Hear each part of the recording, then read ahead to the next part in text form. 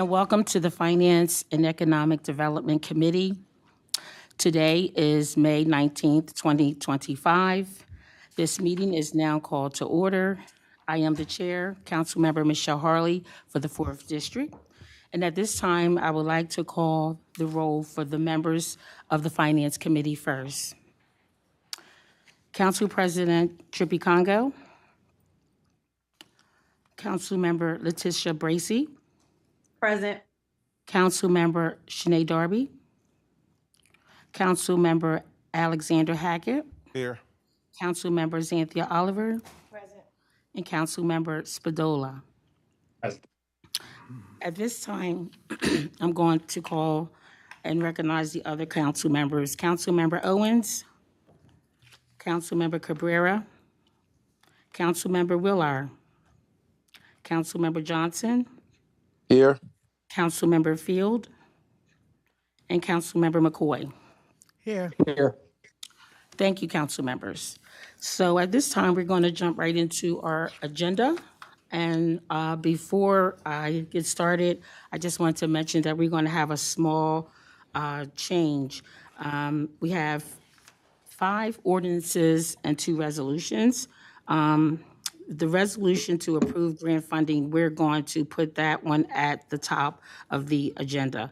So at this time, I want to present the resolution that approves grant funding for Imperial Destiny Arts Program from Council Member Yolanda. I would like to turn it over to Council Member McCoy at this time. Thank you, Madam Chair. This resolution is basically something that we have been doing regularly. Anytime we've actually given a nonprofit $5,000 or more, we have to make certain that we bring it before the council so that they are a witness. I am going to be sending $3,750 to Imperial Dynasty Percussion.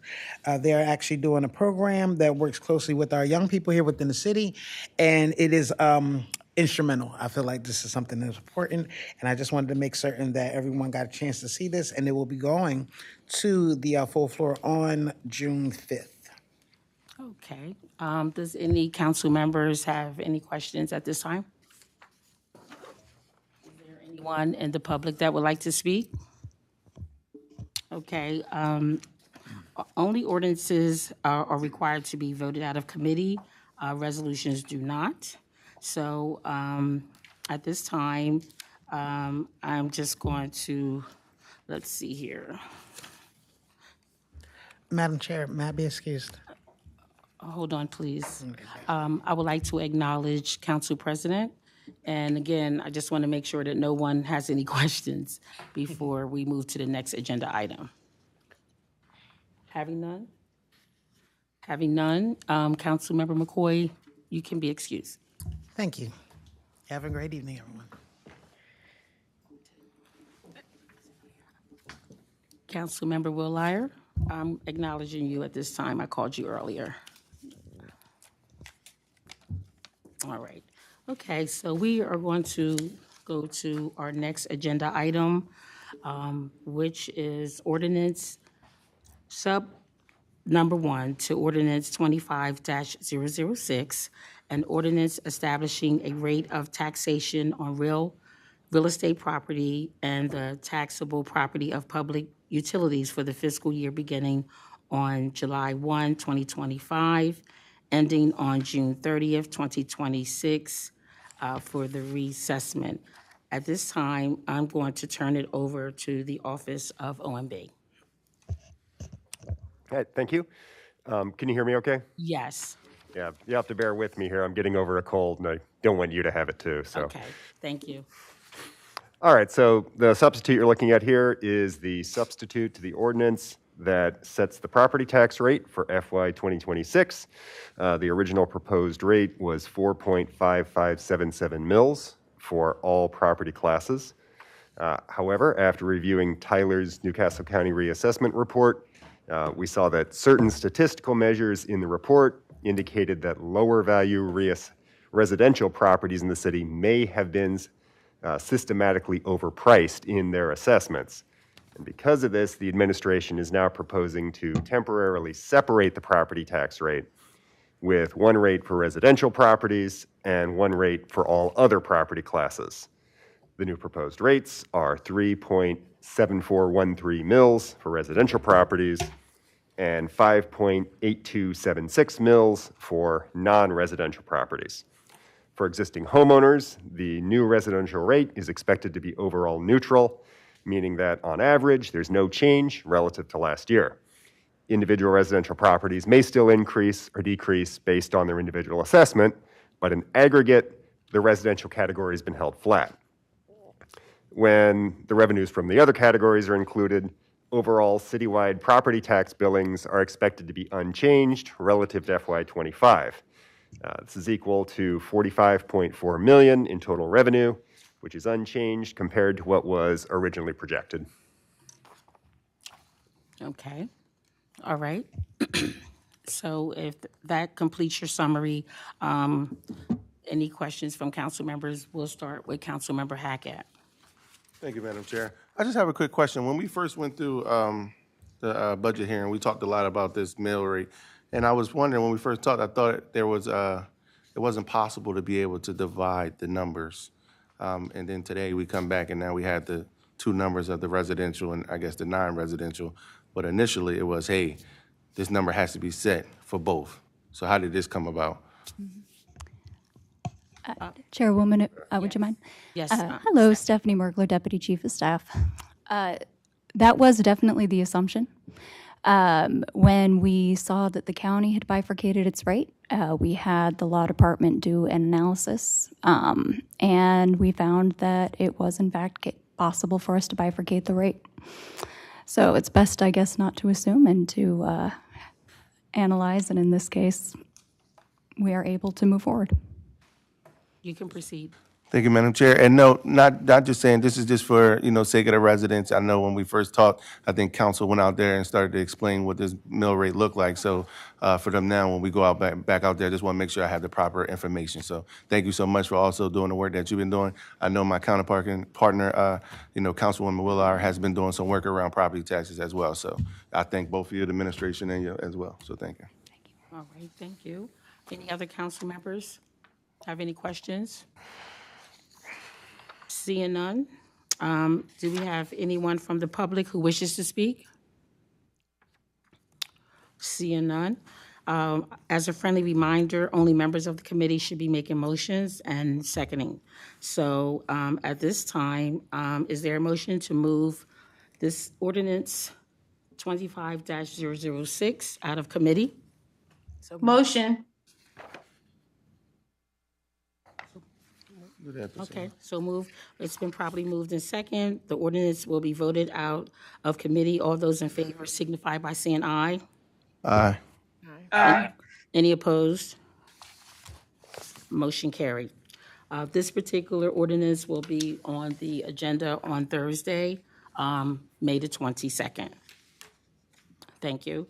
We're going to go right on into our second item on the agenda, ordinance number 25-007, an ordinance to adopt a capital program for the 6 fiscal years, 2026-2031. At this time, I'm going to turn it back over to OMB. All right, good evening. My name is CJ Jones, Fiscal and Operations Analyst. If I may, Madam Chair, I would like to present ordinance 25-007 and ordinance number 25-008 as they are both companion ordinances. Okay. You may, sir. All right. Ordinance number 25-007, an ordinance to adopt the capital program for the 6 fiscal years 2026 through 2031. The 6-year capital program for fiscal year 2026 through 2031 is in the amount of $603,728,163. This is an estimate of funds necessary to meet the future capital needs of the city. The breakdown is as follows: $116,173,239 for the general fund, $371,054,924 for the water sewer fund, and $116,500,000 for other funds. As I move on to ordinance number 25-008, an ordinance to adopt the capital budget for fiscal year 2026.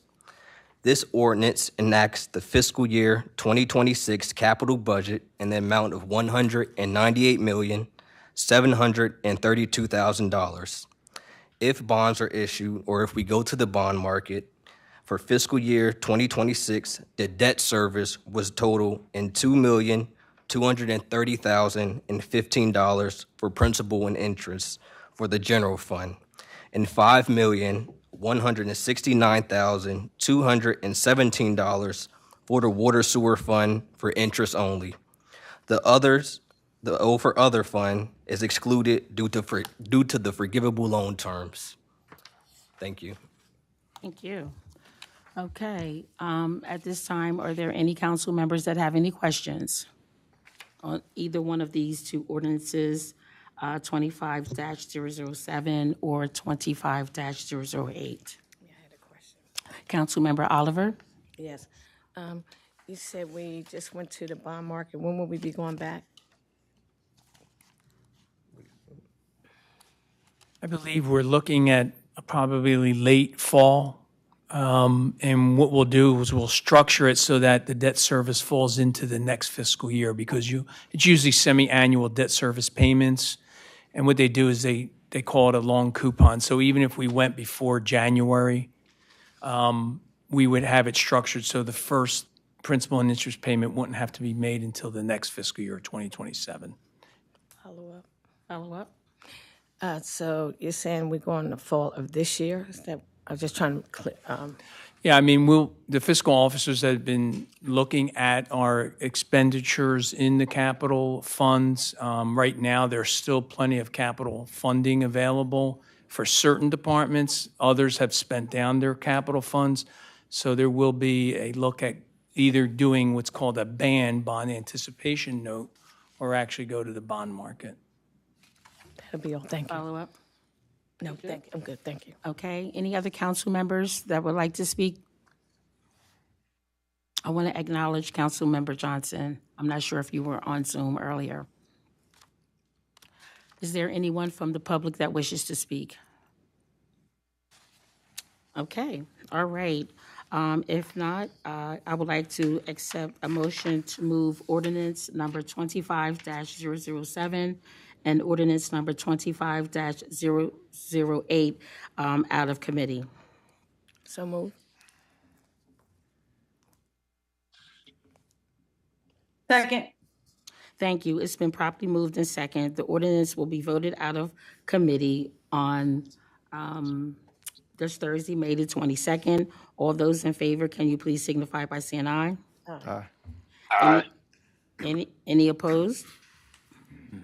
Motion carried. We'll move right on to the next item, which is substitute number 1 to ordinance number 25-009, an ordinance adopting the annual operating budget for the fiscal year beginning on July 1, 2025, and ending on June 30th, 2026. I'll turn it back over to the Office of OMB. Madam Chair, I'll do the discussion on the change to the operating budget. I did want to ask, I don't know if WITN has the Yes. electronic copy. They could put it up on the screen. And do you also, each of you have a hard copy in front of you? Yes, we do. Because I'll reference this sheet. All right, thank you. So as you said, this is a substitute number 1 to ordinance number 25-009, which is the fiscal year 2026 operating budget. If you look at the single sheet, I'll just go through what you're seeing there. The top gray box is the original proposed budget. And you'll see the funds there, the general fund, water sewer fund, internal service funds, and special funds. Those are the funds that show the appropriations through the budget ordinance. There were no changes to the internal service funds. The internal service funds are things like motor vehicle and self-insurance, healthcare, those kind of things. There were no changes to those budgets. The box below that in blue is the revised budget, which gives us the new numbers. based on the changes which we'll outline below. So jumping down to the bottom box in green, it says General Fund revisions to the fiscal year 2026 proposed budget. You'll see the bottom line net change to the general fund is $177,688. Now, there's a lot of items here that actually net to zero. Two things of note I want to point out. If you look at item number 6, that's beautification funds for city council. That's $75,000 that was added to the budget. And item number 8, which is a reallocation of funding for the 311 call center, moving funding from the water fund, out of the water fund to the general fund to reflect that there are actually more calls coming to the general fund now for things like parking tickets and property taxes that the water fund should not pay for. And so therefore, those two add up to $175,000, which is most of that net change. Now, I will tell you, land use and planning had a reorganization, and Public Works also had a reorganization where they deleted positions. Land use and planning and Public Works added together net to a zero change to the budget. Same thing with Parks and Recreation. They did a bit of reorganization there to put funding in other areas that council wanted them to maybe put some more funding toward. That was more important for our youth. But again, their funding changes net to zero. So I wasn't going to go read each of these items. I don't know if you've had time to review it, but if you have questions, we can answer those now for the general fund. If not, I'll move on to the next page, which is the water sewer fund. Okay. So Move on. Okay, move on. So if you turn your sheet over, the blue box is the water sewer fund, and you'll see there's changes there.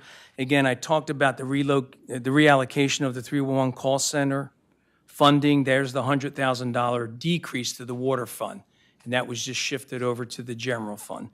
Also, the contract itself for the 311 call center was actually reduced in cost. So you'll see that $75,000 also coming out of the water sewer fund as a savings. There was an increase in the utility assistance program, $100,000. The proposed budget had $250,000. We've now increased it to $350,000. And then finally, we removed funding that was put in there by the finance department, was put in the operating budget for an ERP study. We realized that that actually can be capitalized, so we're shifting that funding to come out of the existing capital budget. That's it for the water sewer fund. So you'll see there's a total net change reduction of $275,000. The special funds is just a piece of something that happened also in the general fund. It's a position that's split funded in the real estate and housing department. And HR asked us, after the budget was proposed, to upgrade a development specialist. It's a non-union classified grade 7, and they said it should actually be a non-union classified grade 8. We did that, and the split funding between the CDBG fund and the general fund is shown here. In the special fund, it's a $3,437 net increase. That also will go as a revenue change to the special funds, because the special funds are grants, your revenues and expenditures equal out. If you go down to the next box, that's the revenue changes themselves. Council requested that the water and sewer rate increase be reduced. Instead of being 6.5%, council requested that it be 5.5%. So we have done so. That's a reduction in revenue of $578,000, as you'll see there. And then again, I just talked about the special fund change for that the development specialist in real estate and housing. We have to show the revenue offset, and that's that 3437 in the gray box for revenues. And finally, council also requested that there be a transfer from the tax stabilization reserve to the economic strategic fund for the minority business development program. We did this last year. It was $350,000. We are now again putting $350,000 into that program from the tax stabilization reserve. Excellent. So those are the changes. If you have any questions, I'll be Okay, happy to answer so at them. this time, I'm going to put it out to the council members. Any questions? I do. I have a question. I just wanted to wait till he got done. Could you go over, I just wanted to wait till you were completed. Could you go over the 311 call center funding again for me, as I was very concerned about that? The 311, could you go back and explain that to me again? I'm sorry. Yeah, so there was funding in the water sewer fund, and I believe actually Stephanie looked at some of the statistics. And by looking at how the calls were breaking out between general and water sewer fund, we realized that actually some of the funding, the general fund should be taking more of the funding and not the water sewer fund. So 100,000, or that, I'm sorry. That's correct. Yeah, the $100,000 was moved from the general fund to the, from the water sewer fund to the general fund. So the contract's the same for 311, it's just being split differently between Okay. general fund That's and what I water wanted to sewer hear. fund. Okay, thank you. I was a little confused. Thanks a lot. Sounds like to me that it's being allocated where the proper place, depending on the number of calls for the different. And the types of calls too. You may actually get more calls for water, but then you have people spending a lot more time maybe on some of the general fund questions, like a property tax question or permits or something with a parking ticket, things like that. So it's our attempt to start to move that allocation so it's more fairly spread out. Okay, Thank you. That'll be all. all right. Okay, any other council members have any questions? If none, is there anyone from the public who wishes to speak? I would like to have a follow-up. Councilmember Oliver? Yes, I would like to give the administration credit this year for listening to city council on some of the items that we were very concerned about, and I see them in the budget. So I want to give kudos to the administration for really listening to us. I'd like to thank Marshall Bass Knight, and especially Michelle's the new finance chair who has done a tremendous job with this budget. I've been here for a little bit now. I am a senior legislator, I can say that. And I would like to say I'm impressed with y'all so far. Thank you. Well, thank you, Councilmember Oliver. Good job. Thank you. Any other questions from any other council members? Yes. My name is Brahma Jackson, Peace. I go by. Come to the podium, and yes, thank you for All right, thank you. coming, sir. Absolutely. So, Brahma Jackson, a representative of Dwelling Gods Lodge 391 here in Wilmington, that also was working with the community here with council, anything that we can do to help to support some of the liabilities that the city has that may need any type of services or functions or products we're here. But I wanted to know, my question was the literature that you're looking at, is that accessible? Is that public access? And is it on your website? Is that where I would find it at? Yes, is that the question? Is it the answer? Oh, understood. Ms. Bass Knight?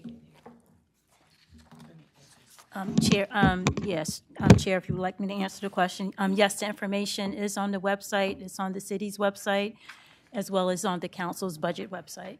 So we can provide the information to you as well. All right, thank you. Just so I can follow along. Oh, yes, Appreciate thank it. you. I yield the floor. Thank you for the question. Thank you very much. Councilmember Haggett? Thank you, Madam Chair. I do have a question around the Minority Business Development Program, the $350,000. If I could get a little bit of backstory on that, just a little bit, as far as like, because I guess it's coming from a different fund. Like, why is it not already built into the economic development? You know, like that's major. You know, our small business minority ones, we're trying to get them to grow. But then I just heard like, you know, we're putting it in here again, as if like, why is it not just there always? You know, that's something important to our community. So. If I may, Council? Yes, Chair? Ms. Mergler. So we have something called the Economic Strategic Fund. It is separate from the general fund. It funds kind of grants and other kind of incentives for either small businesses or large businesses who are looking to either move to the city of Wilmington, expand in the city of Wilmington. So essentially, say you're trying to build a business, but you need sidewalk in front of your business, we can help fund that.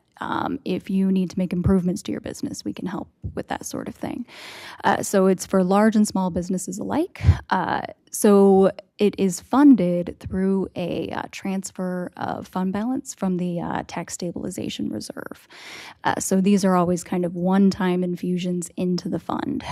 So every few years, sometimes every year in the budget, you'll see a transfer from fund balance into the economic strategic fund to keep that fund going and solvent.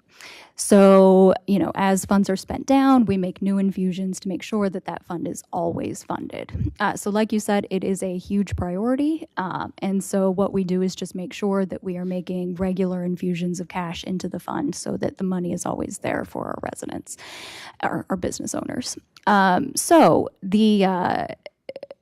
I think every once in a while, so I think it was maybe the year before last, we did $1 million infusion from tax stabilization reserve for all businesses and a set aside of $350,000 for small and minority businesses. This year, we found that we have plenty of money for the large businesses, but we want to make sure that we have plenty of money for the small minority businesses. So we're doing a new infusion of $350,000 that is strictly set aside for those small and minority businesses. Yes, follow up. Thank you, Madam Chair. And just while we're on TV, once again, I just wanted to, how does a small minority business get in contact to these funds? Like, what does that process look like? Because I hear a lot of times, like, hey, my city of Wilmington, sometimes they're not helping me grow. Like, and I just want to put this on, air. Sure. So it is run out of our Office of Economic Development. They are located on the 3rd floor of the City County building. They can also be reached simply by calling 311 and asking for the Small and Minority Business Office. The person in charge of that office is James Williams. He is our Small and Minority Business Manager, and his job is to build relationships with these small businesses and help guide them through the incentive process. I encourage anybody who has a small minority business to reach out to James and establish that connection and see what we have to offer. I know we had an event in the City County building lobby last week to help kind of a resource fair for our small vendors. We also had an event on Saturday for our vendor, just to kind of showcase our local vendors, and we plan to do that every quarter. But I absolutely encourage our residents to either come in person and talk to James or call 311 and let them know they want to talk to James Williams in the Small Minority Business Office. Okay, follow up. Thank you, Madam Chair. My last question is just trying to figure out, is there already data in the first 350,000 that we went into the minority small businesses, and can we see how it was impacted in our community? And I guess that's a offline thing that could be sent off to Ms. Bass Knight, but just wanted to see so I can. Absolutely. I actually believe that is already one of the follow-up questions, so that data will be provided by Thursday. Thank you. Okay. You're welcome. All right, thank you. Any other council members? Anyone from the public? Okay, if not, I would like to get a motion to move ordinance number 25-009 out of committee. So moved. Second. Thank you. It's been properly moved and second. This ordinance will be voted on the floor on Thursday, May the 22nd. All those in favor signify by saying aye. Aye. Any opposed? Motion carried. Thank you. We're going to move right on to the next item, which is substitute number 1 to ordinance number 25-010, an ordinance to amend Chapter 45 of the City Code regarding sewer system rates and charges, water rates and charges, and stormwater rates and charges for fiscal year 2026. Yes. Speaking of that. Okay. All right, so this is the substitute to the ordinance that sets the water, sewer, and stormwater rates. The proposed rate increase for inside city water, outside city water, and sewer is 5.5%, which is down from the originally proposed rate increase of 6.5%. The stormwater rate increase is 6%, which is unchanged from the original ordinance. And this change to the water sewer rates is expected to reduce revenues by $578,000 relative to the original budget. And for the average residential customer using 4,000 gallons per month, these rates are expected to result in a monthly increase of $3.98. Thanks. Great. Okay, thank you. Okay, are there any questions from the council members? Councilmember Hackett? Thank you, Chair. I just want to start by saying thank you to our senior legislators. Thank you to the Finance Chair, Marcelle Basnight, also to the administration. This right here just shows that, we're working and try to figure out any way we possibly can to help our constituents, basically save almost $500,000 to the people in the city of Wilmington. So I just want to thank both parties on that. Yes, thank you, Councilmember Haggard, for saying that. And I just want to say ditto to that, because we definitely want the community to know that we are listening to them, that we are doing our best to work with the administration by amplifying and sharing the feedback that we're getting, and that we realize that times are very hard these days as it relates to Delmarva and a number of things that are going on. So we were very happy about that 1%, I believe it is, going from 6.5 to 5.5. So do we have any other council members that have any questions? Is there anyone from the public that wishes to speak? Okay, if not, I would like to take a motion to move ordinance number 25-010 out of committee. So moved. Second. It's been properly moved in second. This ordinance will be voted out of committee and on the council floor Thursday, May the 22nd. Thank you. Council? Just a quick question before we Okay. do go out of it. Is there any way possible with this decrease, you can kind of give I guess, an example of how much somebody's water rate will possibly go out, just for the public, so that they can understand what this discount look like, and, how we basically try to do our part? So if you actually look at the ordinance itself, the synopsis, if you go to the last page of the ordinance itself, there's a table there. And I don't know if it may not be in color on yours, but do you see I that? see the table. I just want to see if y'all could give. Oh, yeah. Well, no. So for the average residential customer using 4,000 gallons, the increase, and I don't have it right in front of me. I've got it. Yeah, it's $3 and I believe Yeah, it's $3.98. 98 cents is the increase. And for the stormwater, it's 33 cents. Yeah. And that's per month. Yeah. Thank you so much. No, no problem. Yeah, thank you so much. We didn't move it out completely yet, so that's fine. So all that's in favor signify by saying aye.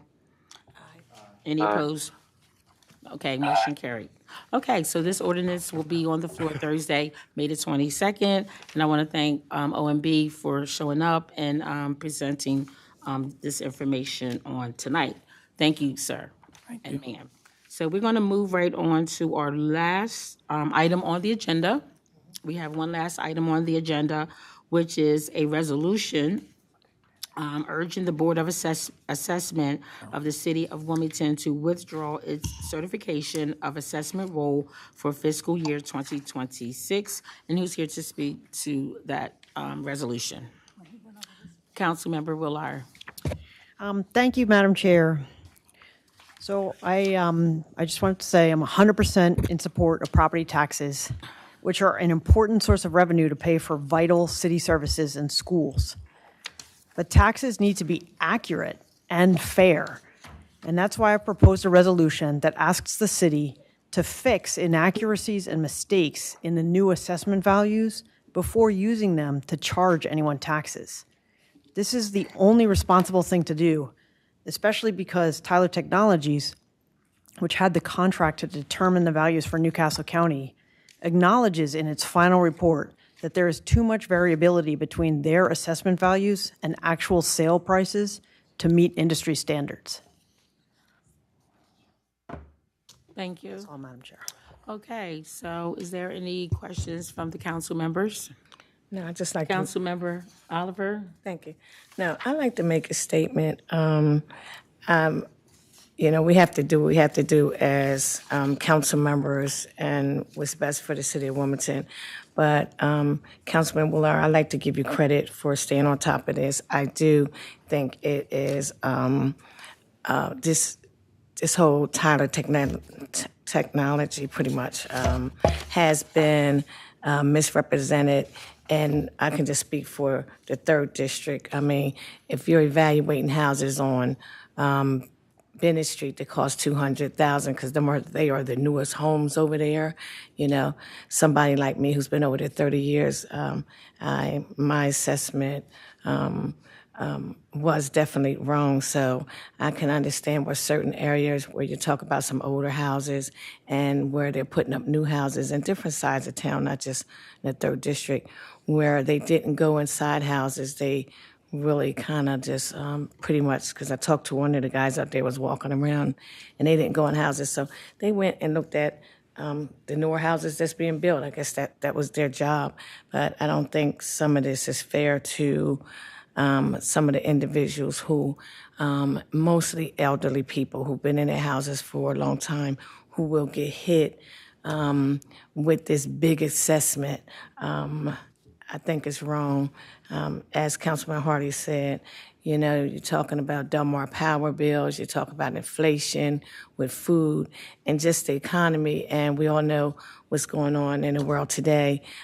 It's a lot for people to take on. So I am glad that the administration is also trying to do their part by separating this. So I understand y'all looking at some things also, which was good that you had the law department break that up.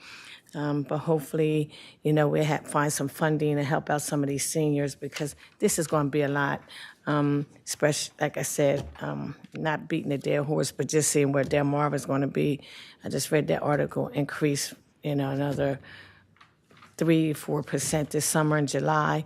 Everything's going to hit everybody in September, and it's going to look like it's all the city's fault. So I'm just glad y'all here to explain this, and I'm glad Councilman Hardy is saying what she said, and all the council members and Will Allen. I mean, I think, all council members, we have been meeting individually, not all together, but everybody's on the same page with this reassessment. It's going to be a lot, and the phone calls are going to come in. That's why I inquired about the 311.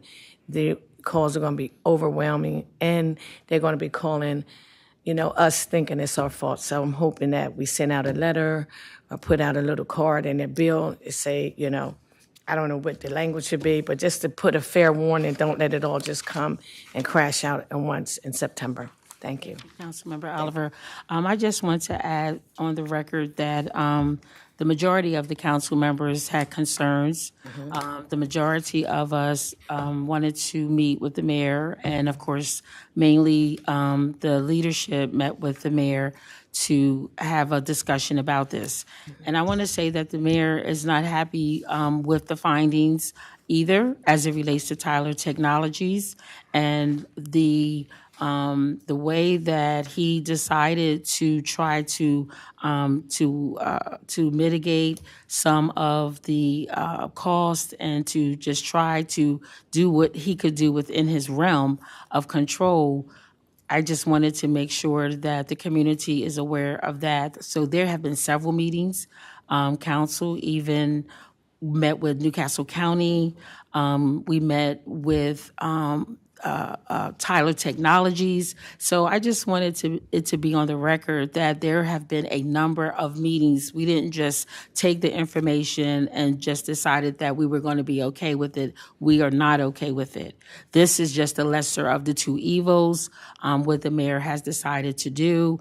And I do believe is to be continued, but we had to make a decision at this particular time to move forward. And also, Tyler Technologies even offered to say if there is a resident that feels as though that there is a major inequity between their assessment and their market value, to send them the information. So I would like to say to the community, to those that feel as though that there is a major gap with the two, to send in your address, and we will make sure that information gets to Tyler Technology, because they definitely said that if we had addresses that were major differences. So I just wanted to make that clear in terms of the council collectively have been very concerned about the inequities of this assessment.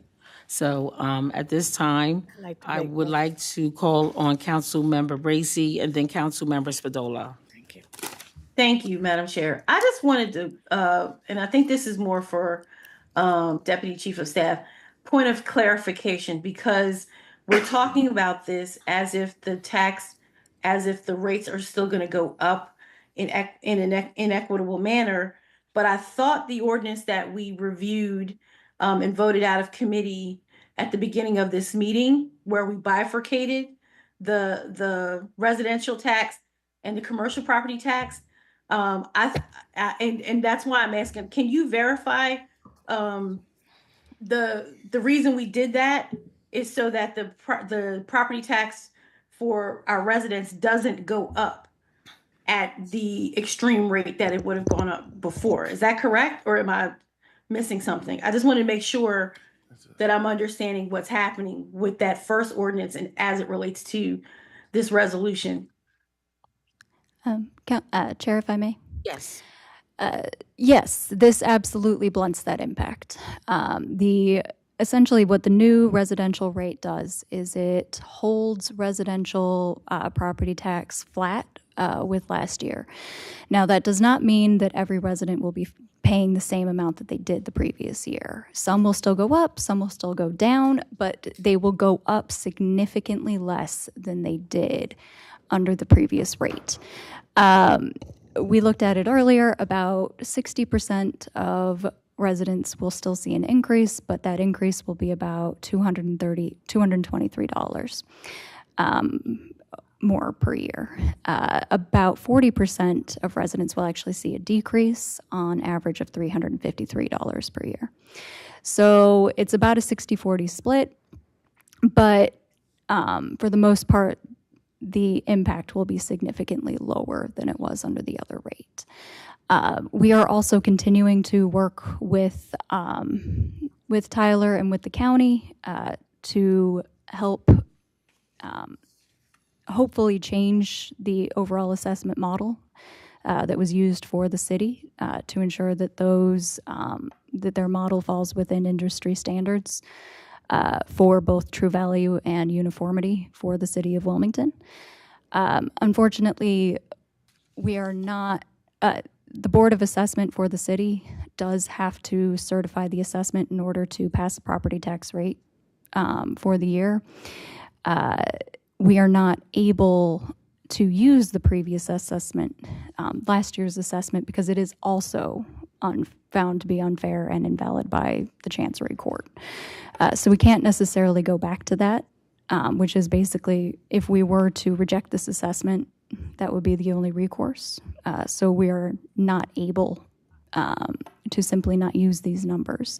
But we do believe that the bifurcated tax rate does significantly improve the impacts for our residents. And we'll continue to work with the county over the next year.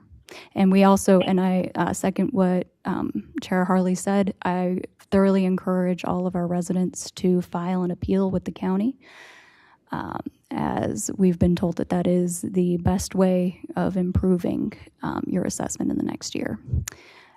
So I would absolutely encourage all of our residents to do that. Thank you. Thank you so much. And I just wanted to thank Councilwoman Willauer and everyone that's been staying on top of this, because this is extremely important to our residents.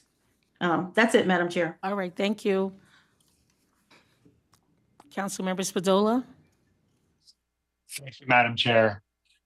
I appreciate Councilmember Willauer's work on this. We've had some good conversations. I also appreciate the county and the administration, their efforts in facilitating the conversations with Tyler, which have mostly been unfulfilling. They've kind of been hanging their hat on, mass appraisals get around 80, 90% of it right. And they don't seem too focused on getting it right for the 10 or 20% that have a wildly inflated assessment number. What I struggle with is people were getting screwed with the old property tax rates as well. So ideally with these new rates, people will see their rate, they will appeal it, and then next year we'll be closer to where we should be. I do think that the administration bifurcate. They're very open to that suggestion. Much appreciation to the administration for following through with bifurcating the tax rate. That should take a big load off the inflated assessment numbers, at least for the residential. I know there's some inflated commercial assessment as well, assessment values as well. There's no easy solution for them. But I mean, honestly, I think in 5 years, let's just take the Redfin Zillow value, divide it in two, call it a day. The county can save the $15 million they paid the assessors, and they can fill in the gaps that way. But otherwise, I don't think the assessment process was an overall success, and hopefully it'll be much cheaper for the county, and it'll result in much better numbers next time. Thank you. Thank you. Councilmember Johnson? Yes, I just wanted to add on, just for the public, at least on the council side, we have to look at the actual procedure of the appeals. It's been said many times tonight that folks can file an appeal, but we have to look at the actual procedural fairness of the appeal. First of all, you have to have an appraisal, actually get your own appraisal. Those costs in $500 plus range. In addition, it's very, very, very specific. And me, even being an attorney, I would probably have to hire an attorney who specializes in real estate to do it. So I think we have to look with City Council, maybe ways we can assist, similar to how Class C is assisting with landlord-tenant matters. Maybe some way we can have a actual legal assistance fund, because it honestly, the average person cannot do it themselves. So I just want to say that. Thank you. Any other council members? Yes, I'd like to say something, Leslie. Thank you, Madam Chair. I'd like to echo what Councilman Johnson said. That's a very good point about council maybe coming together, because for us financially, again, people are going to be getting hard with a lot of items, and to hire a lawyer, that might be an offline conversation. But I like to just let the public know this was done under Mike Pizicki's administration, not under John Carney's. Thank you. Okay. Is there anyone from the public that would like to speak?